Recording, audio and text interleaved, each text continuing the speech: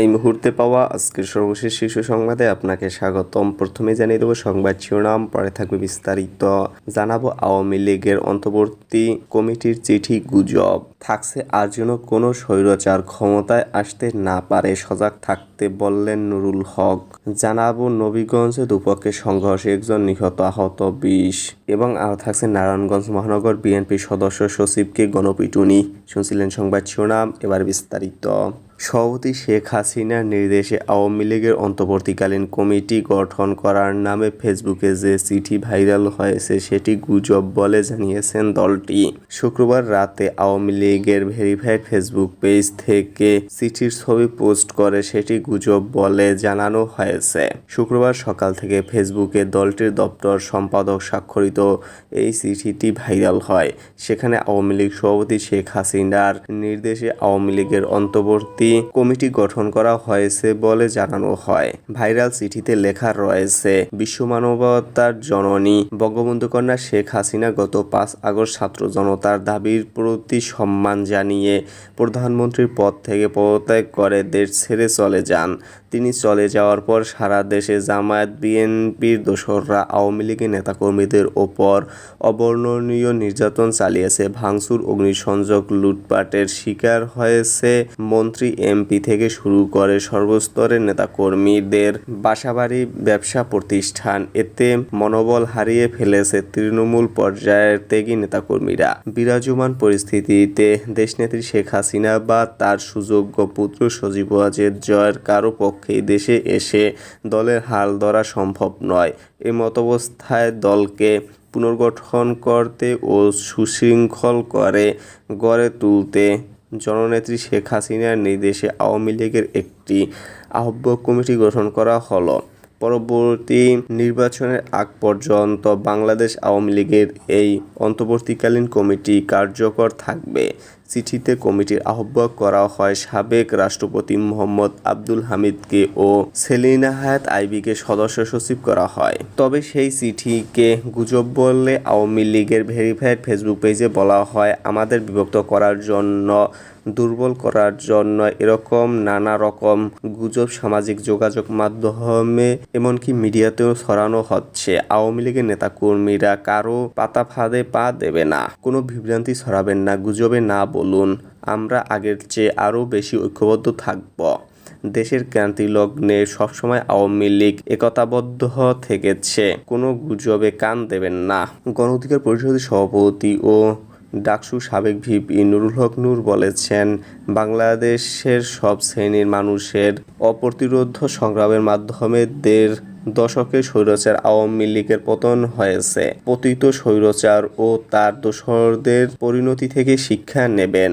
মানুষ যাতে আপনাদের ওপর ত্যক্ত-বিরক্ত না হয় সেভাবে কাজ করবেন, মানুষের পাশে থাকবেন। শুক্রবার বেলা 11:30টার দিকে ফরিদপুর ভাঙ্গা উপজেলা বাজারে বাস স্ট্যান্ড গণ অধিকার পরিষদ আয়োজিত পথসভায় এসব কথা বলেন নুরুল হক। পটুয়াখালী শহীদ মিনারে বেলা 3টায় রাষ্ট্র সংস্কার শীর্ষক সমাবেশে ঢাকা থেকে যাওয়ার পথে ভাঙ্গায় এই পথসভা করেন তিনি। নুরুল হক বলেন, ফ্যাসিস্ট সরকার মনে করেছিল কেয়ামত পর্যন্ত ক্ষমতায় থাকবে। ছাত্র জনতার অল্প কয়েকদিনের আন্দোলনে যেভাবে পতন হলো তা কল্পনাও করা যায়নি।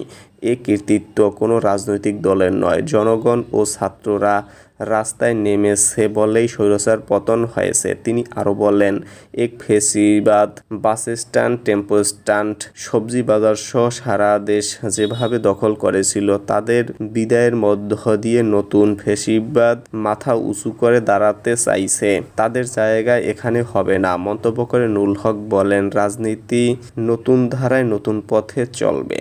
আধিপত্য বিস্তারকে কেন্দ্র করে নবীগঞ্জে উপজেলায় দুপক্ষের সংঘর্ষে একজন নিহত হয়েছেন। এ ঘটনায় উভয় পক্ষের 20 জন আহত হয়েছেন। শুক্রবার দুপুরে উপজেলার ইয়াদগঞ্জ ইউনিয়নের মোস্তফাপুর গ্রামে এ সংঘর্ষ হয়। এ ঘটনায় নিহত মনামিয়া মোস্তফাপুর গ্রামের মৃত কদম উল্লাহর ছেলে। তাৎক্ষণিক তাদের পরিচয় জানা যায়নি।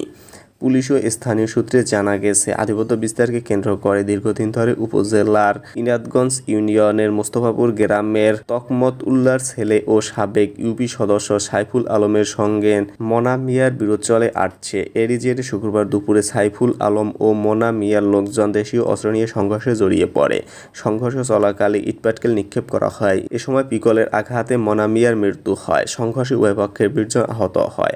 আহতদের Sylhet MAG Osmani medical college হাসপাতাল সহ বিভিন্ন হাসপাতালে পাঠানো হয়েছে। খবর পেয়ে নবীগঞ্জ থানার ওসি মাসুক আলী, ইনাদগঞ্জ ইউনিয়নের চেয়ারম্যান নোমান হোসেন ঘটনাস্থল পরিদর্শন করেন। নবীগঞ্জ থানার ভারপ্রাপ্ত ওসি মাসুক আলী বলেন, আধিপত্য বিস্তারকে কেন্দ্র করে দুপক্ষের মধ্যে দীর্ঘদিন ধরে বিরোধ চলে আসছে। এরই জের ধরে সংঘর্ষ হয়।